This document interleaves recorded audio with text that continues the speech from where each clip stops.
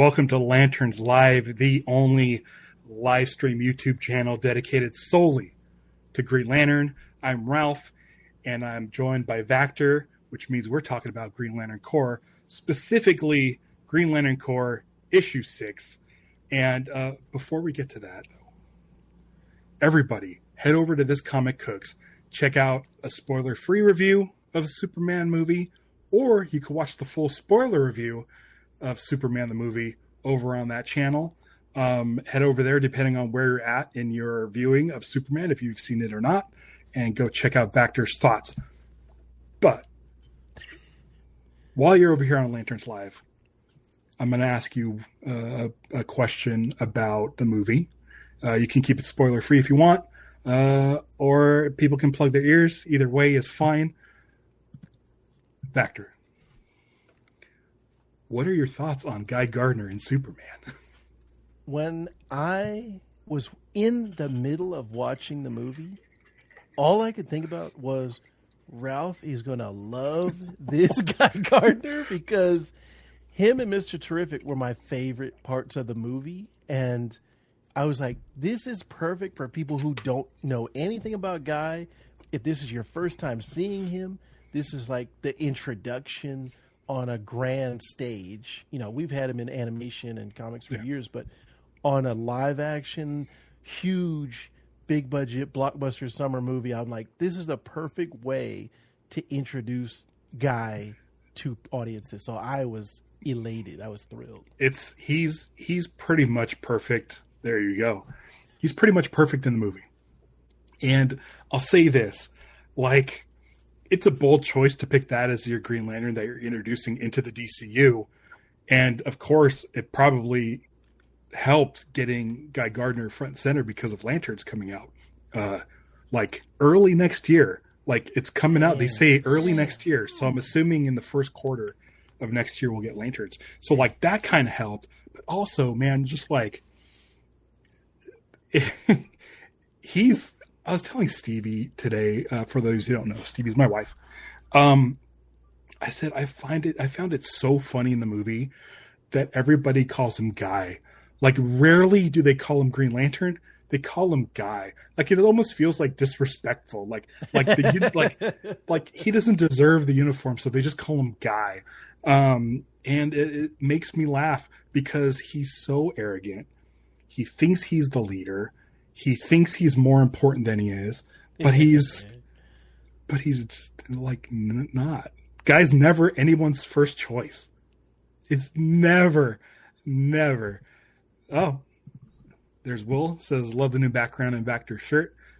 I love that shirt. I realize that I don't have enough Green Lantern stuff in my arsenal. Yeah, can you explain these cards to me? I've been seeing them online. I don't know when they started doing these, but they're Justice League Watchtower security cards. I'm sure they have a bunch of them. The one that they were giving out was John Stewart, and on the back there's a QR code. And when I scanned it, it took me to an NFT landing page. Okay. So it was like, hey, claim your other ones. And there was Superman, Wonder Woman. I was like, oh, shoot. And it said free. And I tried to click on it, and it was like sold out. And I was like, what? No, they're NFTs. So I missed out on that, but I guess I saw someone online posted on Blue Sky posted that they got a Hal Jordan. Oh man. Yeah. Okay, those are nice. Yeah. Liz asks, where do you buy them? Let me find that link and I'll post it in the chat.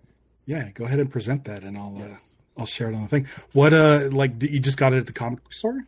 Yes, I was there picking up comics, and also I'm trying to take my son now. I'm trying to get him in the habit of every Wednesday. I'm like, it's new comic book day. It's new comic book day. Great. So he's now starting to ask me, like, is it comic book day yet?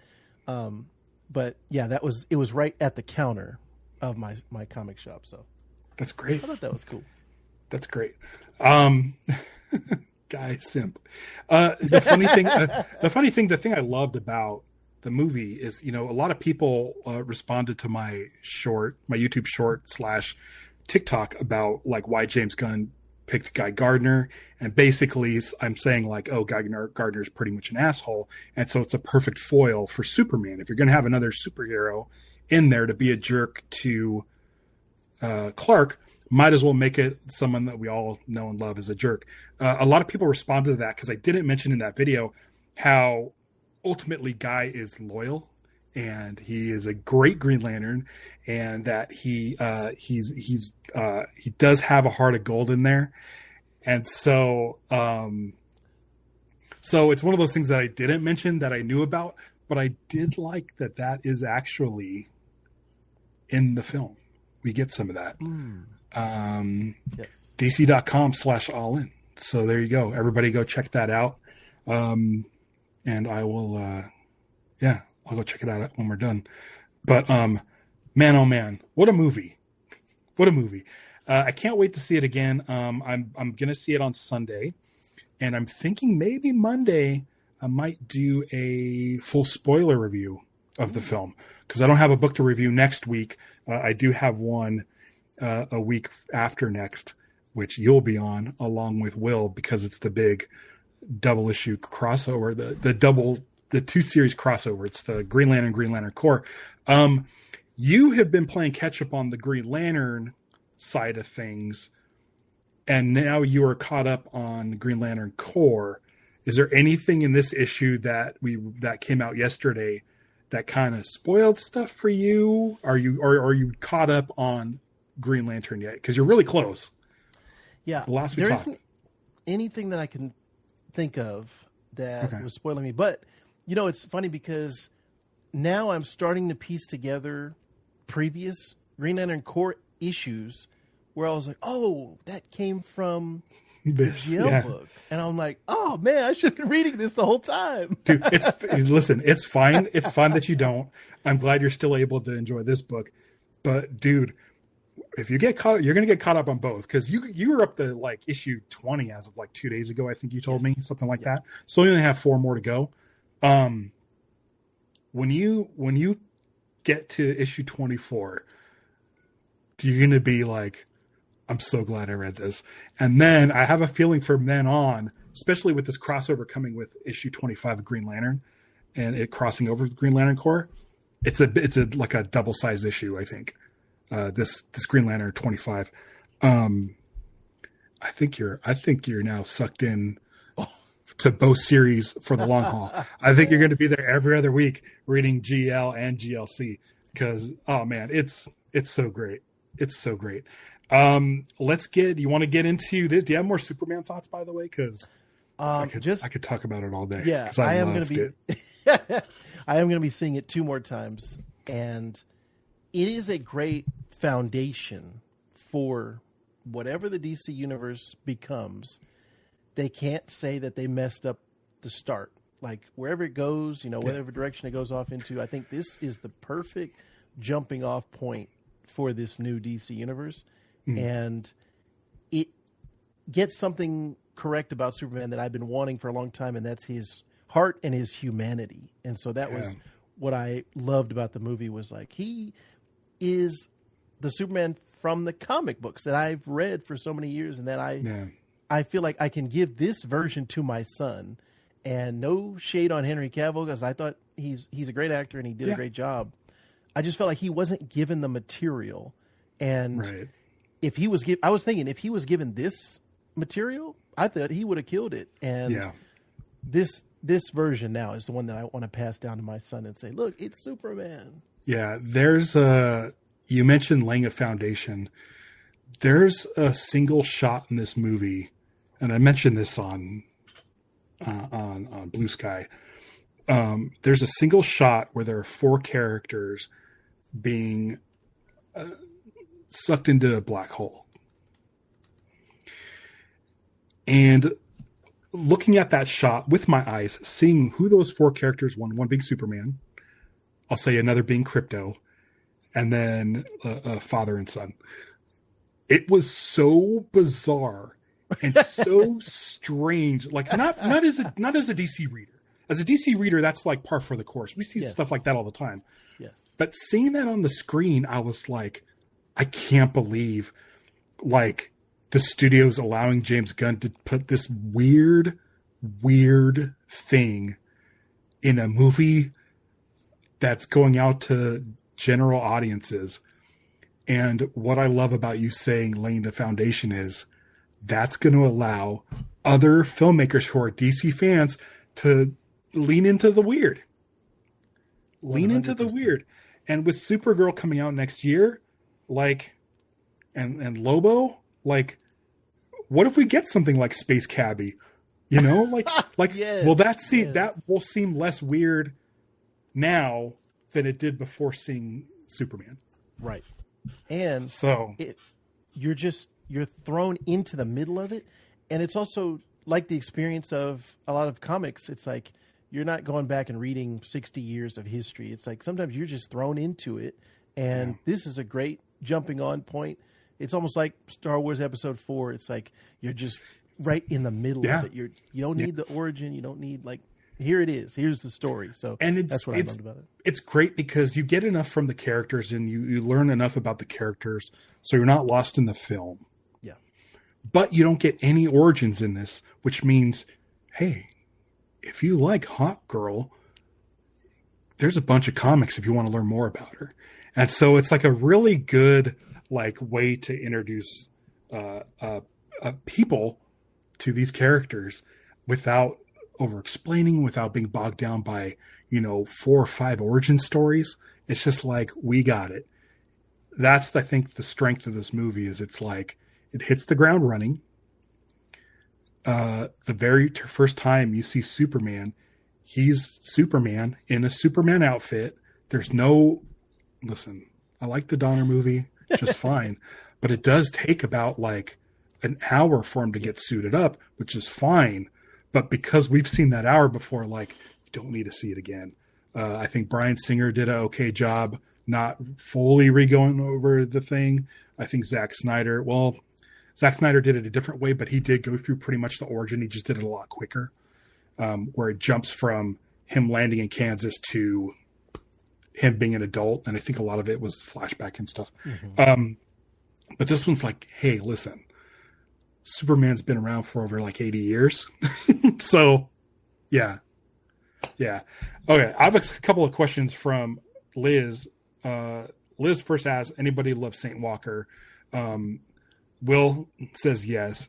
You say yes. I absolutely adore Saint Walker. I love the Blue Lantern Corps, which leads us to the next question. Follow-up. If you could pick one ring, if you could pick one corps to be in, which would it be?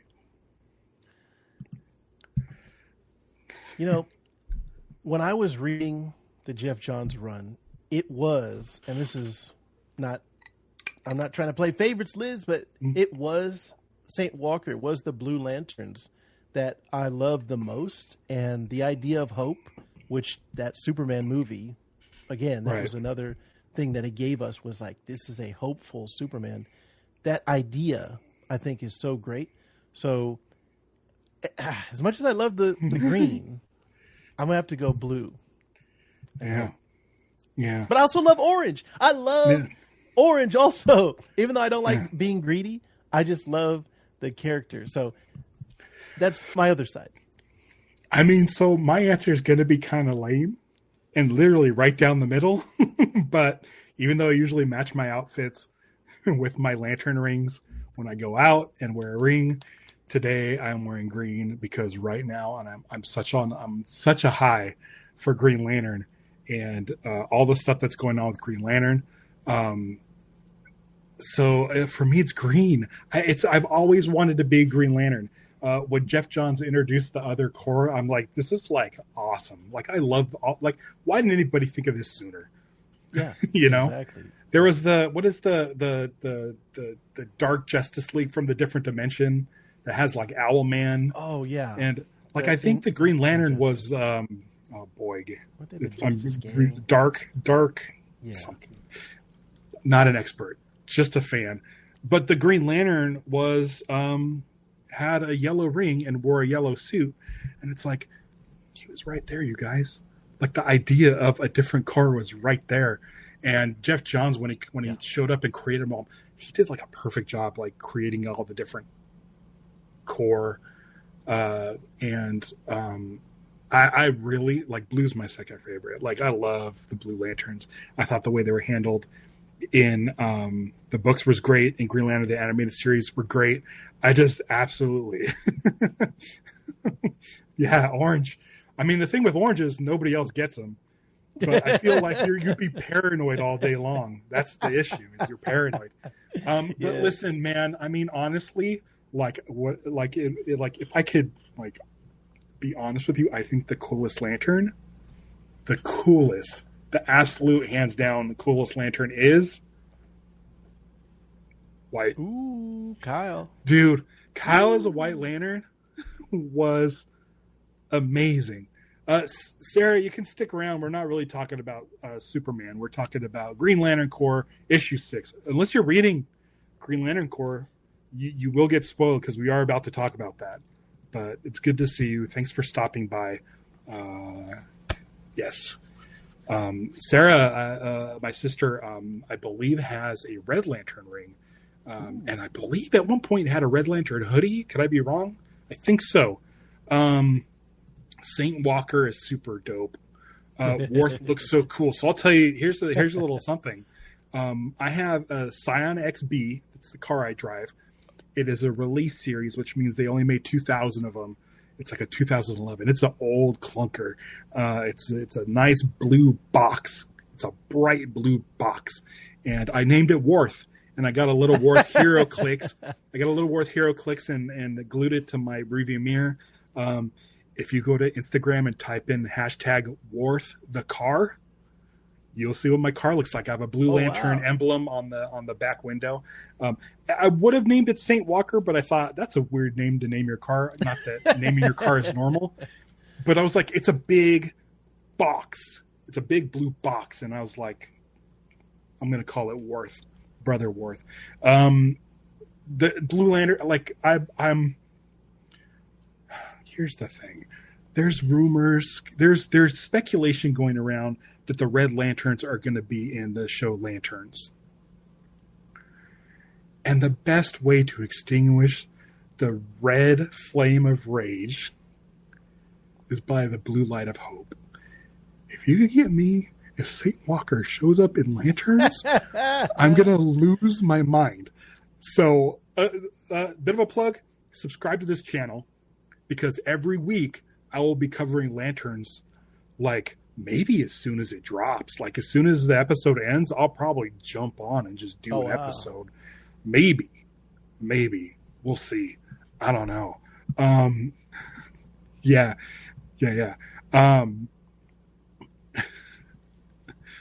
I'm excited about everything Green Lantern related, because I was a little nervous about Guy Gardner not being in Superman a lot, just a little bit, but he was in a good deal. He's in a good deal of the movie. And when he first showed up, like, I got chills. Even though I saw the shot in the trailer, I still got chills because it's been 14 years since we've seen Green Lantern on the big screen. Unless you count Super Pets. Have you seen Super Pets? Yes. I haven't. Is it like, should I check it out? It's okay. It's not, remember, I can't remember if you recall this. I told you to watch Teen Titans Go to the Movies.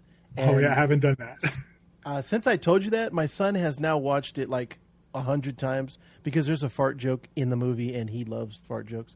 But that Farts movie has some great Green Lantern stuff in it. Jon Stewart is in it. And Super Pets is okay. It's not great. I think Teen Titans Go to the Movies is a great movie. Right. But Super Pets is okay. Yeah. But Super Pets has Jessica Cruz. Yes. Who's one of my favorite Lanterns. I think as far as newer edition Lanterns go, she's definitely my favorite. Simon Baz I like. Joe I like. Keli not so much. But what's great is yesterday we got a new story that's basically full of all new Lanterns. Yes. It's Green Lantern Corps number 6, which, dude, I really enjoyed. I was hoping for more of the story that we got in the last issue, that we're doing 3 issue story arcs. So this is a little bit of a sidetrack. I like last month's issue more.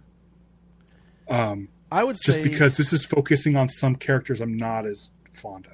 What were your thoughts on Green Lantern Corps 6?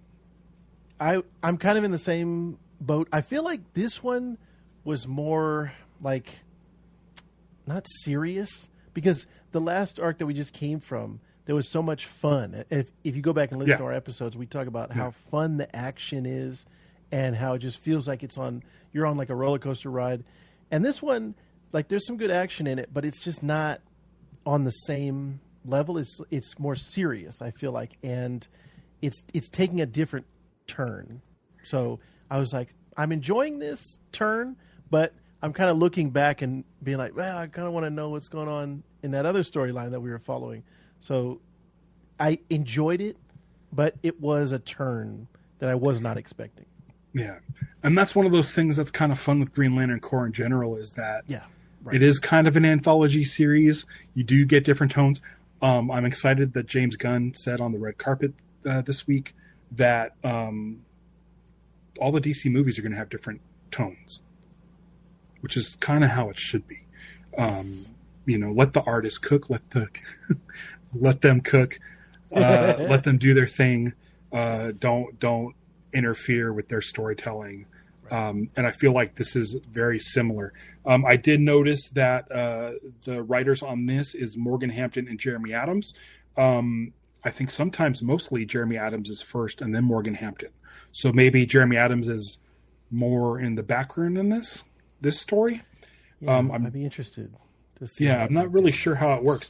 Gonna have to get both of them on to talk about this book, because even though I wasn't into this one as much as the last one. It's mostly because like Teen Lantern and it's like Ellie and Keli. I'm not the biggest fan of those characters. Dang. I'm not cold-blooded. I'm not the fan of those characters. But they were fine. They were fine in this. They were one of like three storylines. Yeah. Like That story of the three storylines, that was my least favorite.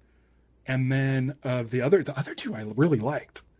I would have actually liked more time dedicated to those other two storylines with Mogo, Joe, and Jessica, and Sinestro and his new which I didn't write down. I should have wrote down. I've had my book open. Vexar'u.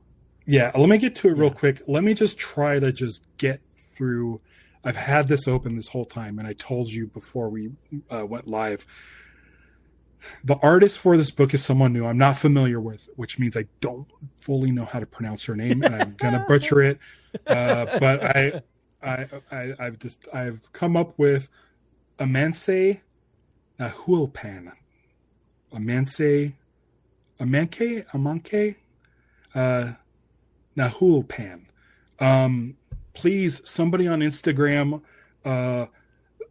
like Jeremy Adams, Morgan Hampton, do a quick video talking about this book, promoting it, because it's a great book, but then just kind of drop a name in there, because I heard V Ken Marion mention Shermanico, and we've been calling him Zermanico, like really like American accent Zermanico, but it's Germanico.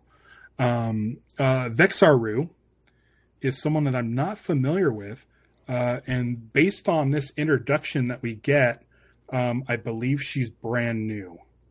We get a really, where is that page?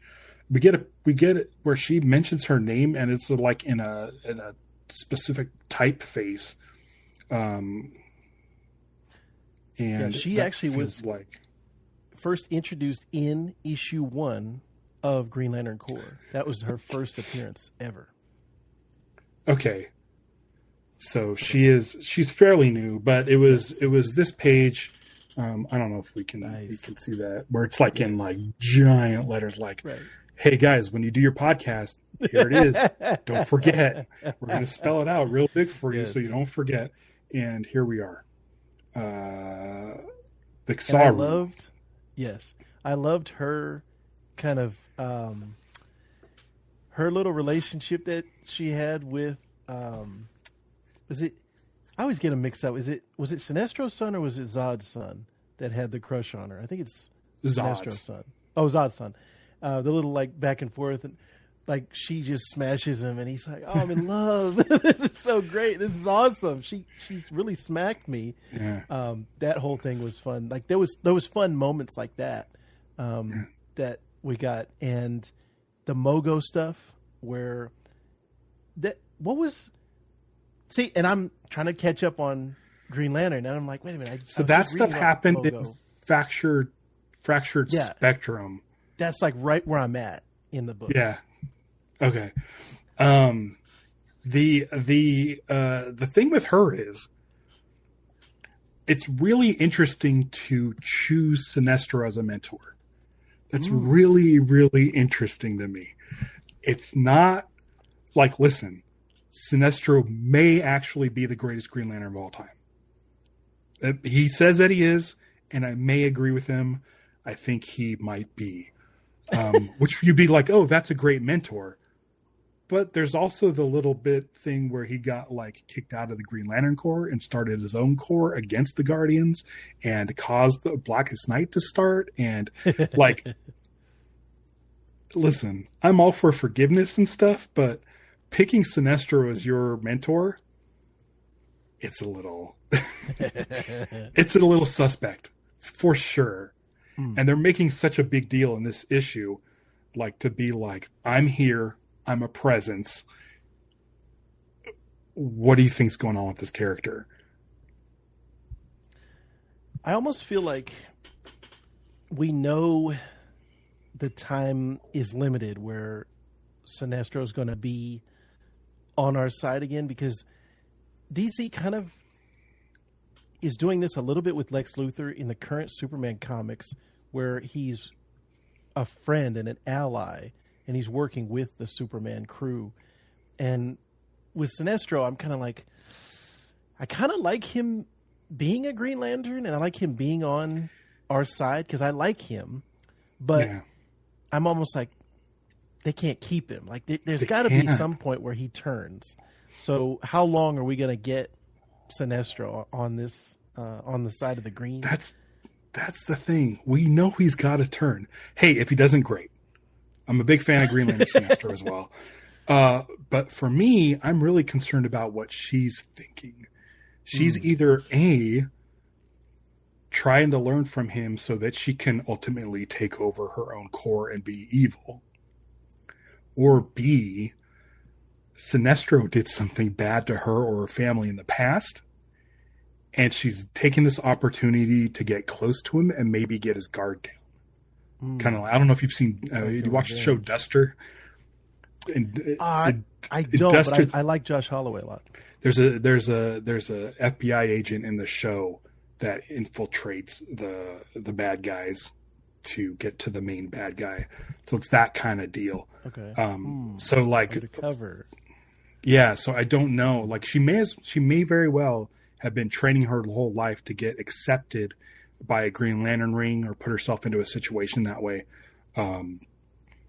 But it's an odd choice, because usually Green Lanterns don't really pick mentors. They have a sector partner, and they get trained by Kilowog, and they go through all that. They become Green Lanterns, and you really don't take on a partner unless they're in your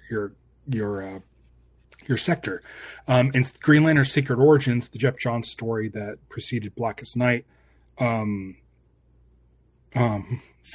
took it upon himself to partner up with Hal Jordan, who is brand new as a Green Lantern, because he was wearing his best friend's ring, which is Amancay's ring, and was like, well, A, I need to make sure that you respect that ring that you're wearing, and B, I want to find out what happened to him for reals. And so that's one of the things where it's like, I feel like she has some sort of agenda. I mean, it's really strange for someone to just be like, oh, you know who I should follow? The most notorious Green Lantern of all time. Like, hands down. So I'm really, really like, as more serious as this issue was, it really set up a character that I'm really, really interested in right now. Yeah. I can see like that's going that route of a revenge or an undercover type of thing. I can also see her being not infatuated, but like manipulated, and she sees this powerful Green Lantern and she's like, oh, I don't know any better. It's almost like she doesn't know the history. And so she's just like, oh, this guy looks cool. He looks like he's worthy of my attention. And then she's going to learn later on down the line. But it's interesting. No matter what they do, I think it's going to be interesting to see what the journey is. Yeah.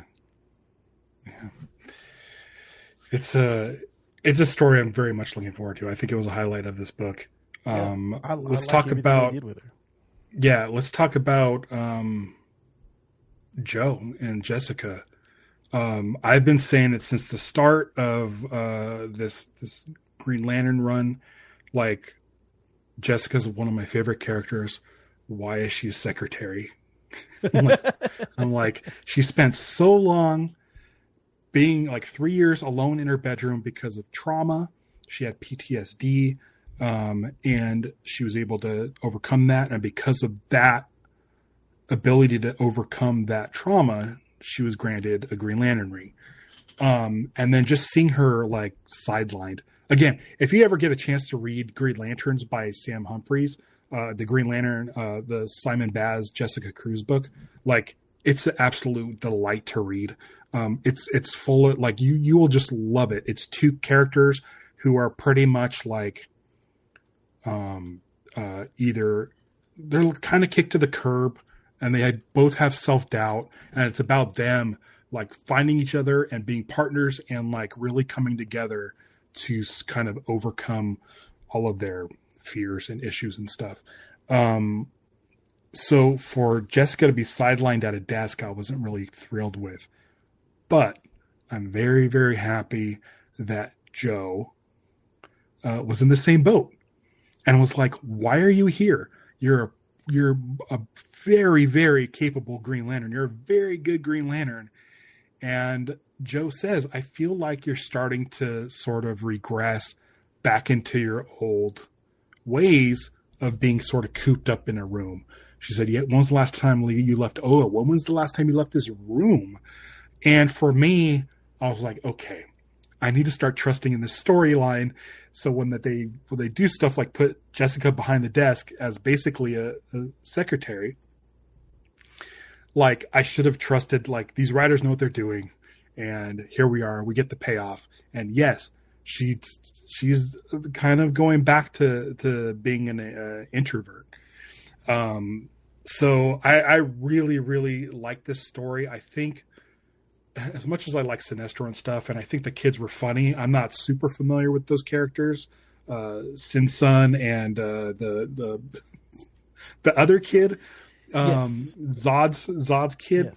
Yes. So this was my favorite of the three stories, was this thing, because one of my favorite Green Lanterns is Mogo. Like, who doesn't love Mogo? Like, Mogo is great. And it sucks seeing Mogo in pain. And because it's he's a planet, he's the size of a planet, that's a lot of pain to go through. And for Joe to sort of recognize that and kind of get Jessica out of her shell to go on this mission to prove how great she is, but how much she has to teach, like, even the like most seasoned lanterns. Like, Mogo's been around forever. Mogo's been, like, in Silver Age Green Lantern, there was the Living Planet issue. So Mogo's been around forever. And for Jessica, who's fairly new, I mean, she's probably been around, like, 10 years, something like that. 2016. Yeah, dang. Yeah. Yeah. Next year. She, it is nice to see that, like, hey, even no matter how new you are, you can still teach even the most seasoned Green Lantern, like, how to, like, kind of work through their issues, which I think is great. Which I almost feel like Green Lanterns have to have all kinds of stress all kinds of PTSD, all kind of mental problems, that maybe Jessica could be like fly from sector to sector just to like be there and find and like support people, not only as a Green Lantern, but as almost like a therapist or someone like a caregiver. So this story was my favorite. There wasn't really much to it. Mogo was cracked and he was hurting and was basically like on autopilot, like making these constructs to stop anyone from entering the atmosphere and stuff. But Jessica knew, if I just lower my defenses, Mogo's not going to kill anybody. Yeah, she knows that. So yeah, that what are your thoughts on the Joe, Jessica, Mogo storyline? Yeah, all of the mental health stuff is great, and it's actually very similar to the Thunderbolts movie that came out this year. And no spoilers for that, but there is a very similar like fighting by retreating, almost like Jessica does, like diminishing your, letting down your guard is how you win and how you get through to the other side. So I like that. And like you said, having her be the representative, because her story is so rooted in that trauma and that pain, is great, because all of these guys have trauma. Every Lantern, I'm sure, has pain. And so she can be the one to say, hey, you're not too tough to care about your mental health. And I think that works on the audience as well, of getting the readers to say, oh, you should take your mental health serious. This is something that is good for you. So I like that storyline. And I also love Mogo as a character ever since the Alan Moore issue when they... Mogo doesn't socialize. Yes. I've always been a huge fan. So that was great to see. And like you said, it sucks when he's in pain and you're like, no, Mogo, we want to give him a hug. We want to reassure him. So yeah, it's really great. And it's one of those things where, like you mentioned, like what Green Lanterns go through, like the destruction of Zangshi, I think is the name of the planet. I never actually said it out loud. That destroyed under John Stewart's watch. Like that's haunted him for years. It's always something that comes back. And then like right now, currently, I mean, you're still in the middle of Green Lantern, but you saw it in an earlier issue where Kyle was like sitting, like laying in the corner in like a fetal position with all these colors swirling around him and stuff. Like he's going through emotional stuff. And I feel like, I'm like, man, can't Jessica just be out there to just be like moral support and like really like they don't like, it's really interesting how they don't get into sort of what all these like catastrophes and all these galactic scale threats like really does to a Green Lantern's mental health. Some of it was addressed in Green Lanterns by Sam Humphries, but you never really hear it. Some of my favorite issues of Green Lantern in the Jeff Johns run were after the big event wars. There would usually be an issue where it was the four corpsmen. It was Hal, John, Kyle, and Guy would go and just sit on an asteroid and have beers, or go to a restaurant and eat pie or something. They'd always have this sort of debriefing, like what it all meant, and they would show the camaraderie. But that's something we don't really get a lot of. We haven't got a lot of that since Jeff Johns left the book. And I mean, even if it's like one page dedicated to just a couple of lanterns just talking it out, I think would be really good for the book. Listen, I love all the action. I love all the craziness. I love that everything is so high stakes. But at the same time, it's like, maybe it's what James Gunn does really well with like the Suicide Squad and Superman, is maybe just if you just inject a little bit of humanity into these characters, you'll root for them more. Like the stakes will raise because you don't know like how they're going to handle the next one. So I would love to get a little more of that. Speaking of galactic stakes, which sound delicious, the last page of this comic, you have Starbreaker. Looks like they have pretty much completed their power battery. So just in time for, in 2 weeks, Green Lantern 25. It says the Green Lantern universe will never be the same. Yeah, it's not. We're dealing with this. It's so hard for me to get out. Fractured spectrum. It's a tongue twister.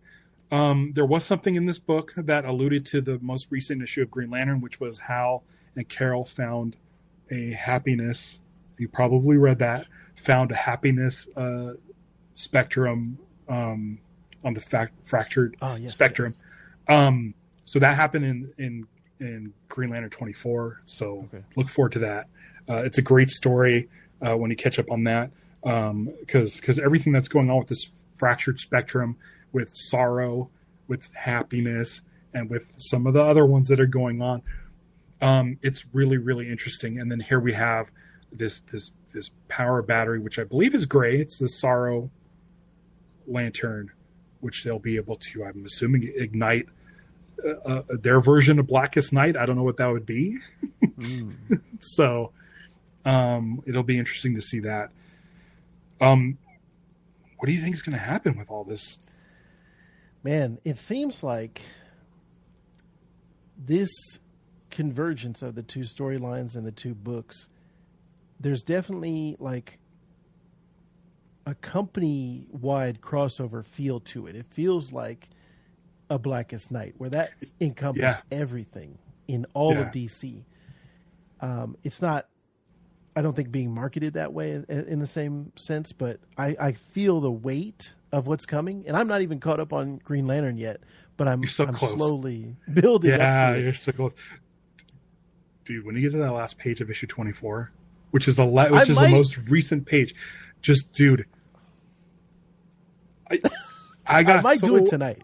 Okay, because I was telling Will this on the episode where we cover it. I'm like, I don't cry when I read comics. It's only happened once.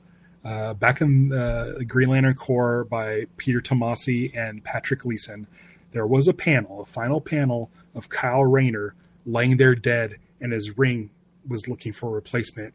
And I was like, no, don't do this to me. And it's like, in my brain, when I read a comic book, I'm like, I'm looking at words that someone wrote, and I'm looking at drawings that someone drew. But the storytelling was so good where I'm just like, the emotion hits you when you turn that page. And that's what happened with this last one. And I can't wait for you to get to it. So if you want to just blast the rest tonight, you will be rewarded tonight for sure, my friend. You'll be rewarded for sure. Ralph, someone said you looked married. I think I said earlier that I am married. Yeah. Stevie's playing Zelda in the front room.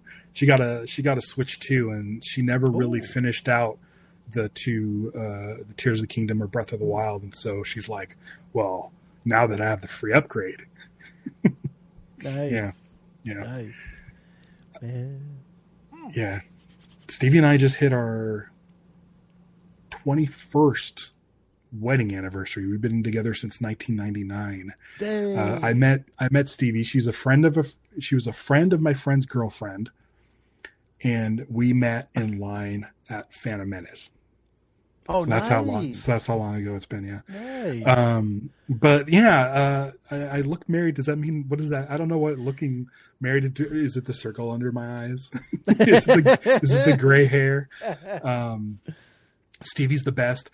She bought me this quarter scale Kyle Rayner statue, which is like, I just sit there and I'll just sit there and stare at it. I just love staring at it.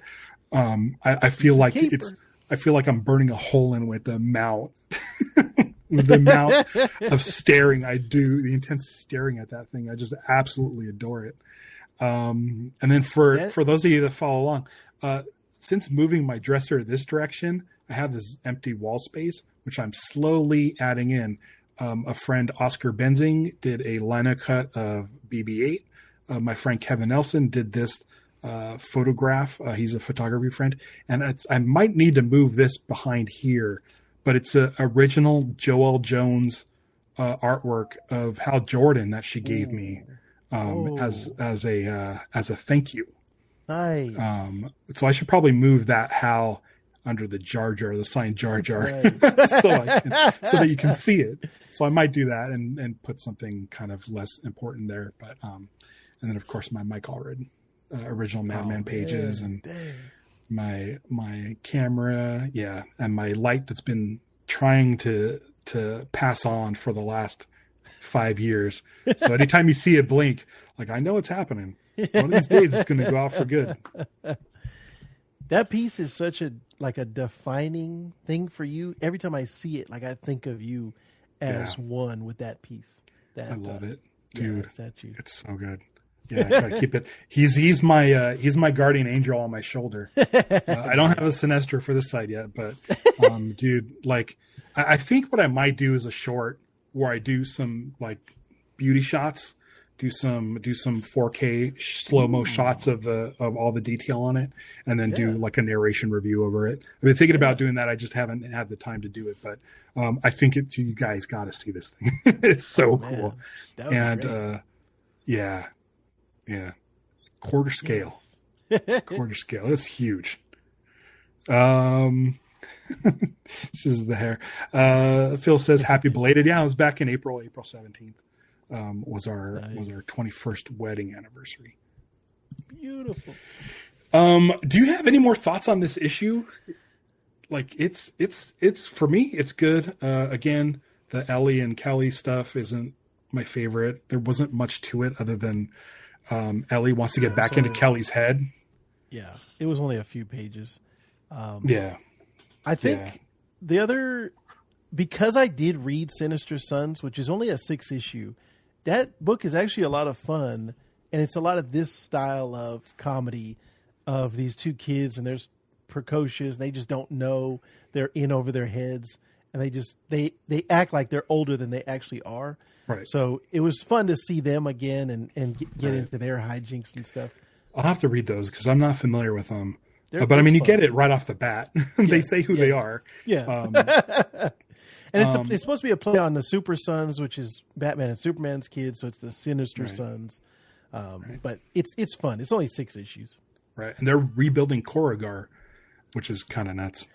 And then like Sinestro giving shade to Jon Stewart on his architect skills is like, dude, just be chill. You don't have to dig. Yeah, you don't have to dig into Earth's architects. Like what? It was so mean. It was just mean. And I know it's Sinestro, but it was just so mean. Listen, man, I got to say this is a great issue. It's leading into in 2 weeks we're getting the double-sized Green Lantern, which I'm so excited. It's going to be so fun having both you and Will on, my 2 comic book buddies. I'm going to try to get a review, a full review for Superman next week. I reached out to someone. I'm hoping they get that message. And then, dude, so unfortunately, I mentioned this yesterday, but the Warner Brothers lot thing, it fell through. It fell through. But I did send a gift along to Damon, and it said it arrived at the front desk. So fingers crossed he gets that. We'll see. But yeah, I'd love to pick that guy's brain. That would be amazing. I'm sure he's busy. He's knee deep into lanterns, which, by the way, no more location leaked photos have been coming through for like at least a month now. I have not seen any leaked photos from locations, which leads me to believe, like for the last month, they have been in studios, which leads me to believe a whole lot of space going on. So fingers crossed, dude. Man, dude. If Superman's any indication of what Lanterns are or DC Studios is allowed to do, I'm very excited. Because this Superman movie had some weird shit in it, and I got to tell you, like it didn't feel like Warner Brothers interfered with this one at all. Like it felt like this is James Gunn's movie, and we'll let him do his thing, and that's all we can ask for. We don't want Justice Leagues. We don't want any of that kind of stuff. Right. Don't tell Zack Snyder that he can't have Green Lantern in his Justice League movie. Like, no. Let these guys that know DC do what they do. Yes. Because if Superman's any indication, we're going to see some crazy stuff. We're going to see some really crazy stuff. I really hope they have some type of like mantra on the wall at DC to be like, or Warner Brothers to be like, do not be afraid to be a comic book. Like, these things can be weird. They could be science fiction. They could be all these things. As long as you're telling a good story, that's the only thing that matters. So I hope that's the message that they take away from Superman, which already looks to be a success. Like, I think the general audience is seeing it tonight for the first time. They're watching it now, yeah. So all the indications I've seen so far, the critics are enjoying it and the audience scores are pretty high. So I hope this is a huge success, and Warner Brothers is, like you're saying, oh, okay, we'll let them do what they do, and we'll collect the money, because I think that's all they need to do. Like, there's nothing that they need to interfere with to make the cash come in. It's already going to shut up and take my money. Like, we are the fans, and we're going to give it to you. Yeah, we get like, if you can. People have known Guy Gardner for years. Now, after today, a lot more are going to know who Guy Gardner is. And it's like, trust the process. Listen, comic fans know Lobo, but they may not, like the general audiences may not. Oh, yeah. But when that Supergirl comes out, people know who Supergirl is. Like, they're going to be introduced to Lobo, and the rest of the world's going to be like, where's this guy been all my life? And I'll tell you where they've been. Comic books. Yeah. So yeah, this is so great. Liz asks, are you going to make more figure streams? I really only been collecting these McFarlane guys, the superpowers, because I don't really have the money to spend on all kinds of stuff. That's why this was such a treat for me. This statue is because, like, I don't collect a lot. And so when I got that, it was like, here's years of being strong-willed to not buy every Green Lantern figure I see that I was able to get this guy. But I do collect those superpowers because they're like $9.99 each, and they're really fun. I'm a kid of the 80s, and so they remind me of old classic Kenner figures. So if Todd releases more of those superpowers before his license is up, I'll definitely do more figure streams, hoping for a DC Superpowers. Kyle, I've said it. I want a St. Walker. Give me a St. Walker. But yeah, it's one of those things where we'll see. We'll see where my collecting goes. And if you want to see that, make sure you're subscribed and hit the bell icon. Because that'll notify you when I'm going live. Again, it's so funny. If you look at my homepage on YouTube, it has the different tabs. You can go to posts, videos, live, and you can see all the different, tabs. I do not have a videos tab on my YouTube channel because I've never uploaded a video. It's always live. That for the first time the other day, I was like, whoa. I've never done a video. Yeah. It's always live. Which is, it's a fun way to do it. I don't have to edit after. The show's here. If it's live, I get to interact with the chat, which has been great today. And it's dude, I just got to tell you, I got to thank you for supporting the show, Vactor, and everybody in the chat. Thank you so much for supporting the show. The last month has been absolutely insane.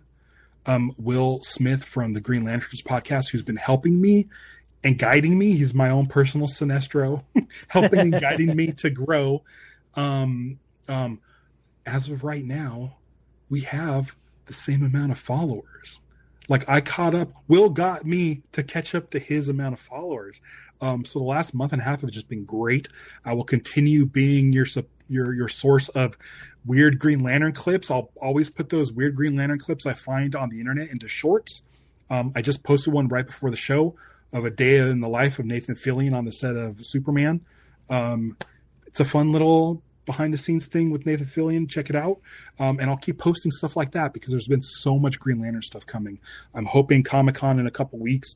I'm hoping we get some news from Lanterns, either some concept art or maybe a tease of an image, maybe a power battery. I can't wait to see what power batteries look like, because spoilers for Superman, you didn't get to see one.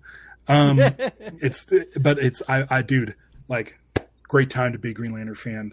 Vactor, it's been great. I'm looking forward to the crossover in 2 weeks. And then if you want to just like give all the plugs you want, just go to town and let everyone know where they can find you. Thank you very much. If you like comic books, we've got all the comic books you can read and shake a stick at over at This Comic Cooks. I'm trying to put out all of the characters that appear in Superman. I'm trying to put out like little biographies. So if somebody's interested, if they like the movie and they say, oh, I want to know more about Crypto, I'm trying to put out videos of each one of the characters. So that is over at This Comic Cooks. And thank you, Ralph, for always having me on these Green Lantern cores. Like I said, you have inspired me to want to read more, to want to get more into Green Lantern books. So this has been a great journey so far. Cool. Like, dude, if you listen, drop me a message as soon as you get to that last page of Green Lantern 24. Tonight, it might be. It might. I have my phone on Do Not Disturb, so if you want to send it in the middle of the night, I'll probably get it early in the morning. But dude, I'm really loving Green Lantern right now. I'm so fired up, and the channel's doing great, and everybody's big fans of Green Lantern, and there's, it's all good. It's all good. Yeah. So thank you, everybody, for joining us, especially Vactor. Thanks again. We'll catch you real soon. I'll try to get a show up next week. I definitely will try to get a show up next week. So subscribe, hit the bell icon to be notified when that happens, and I'll see you guys next time. Until then, beware my podcast. It's Lanterns Live. Bye.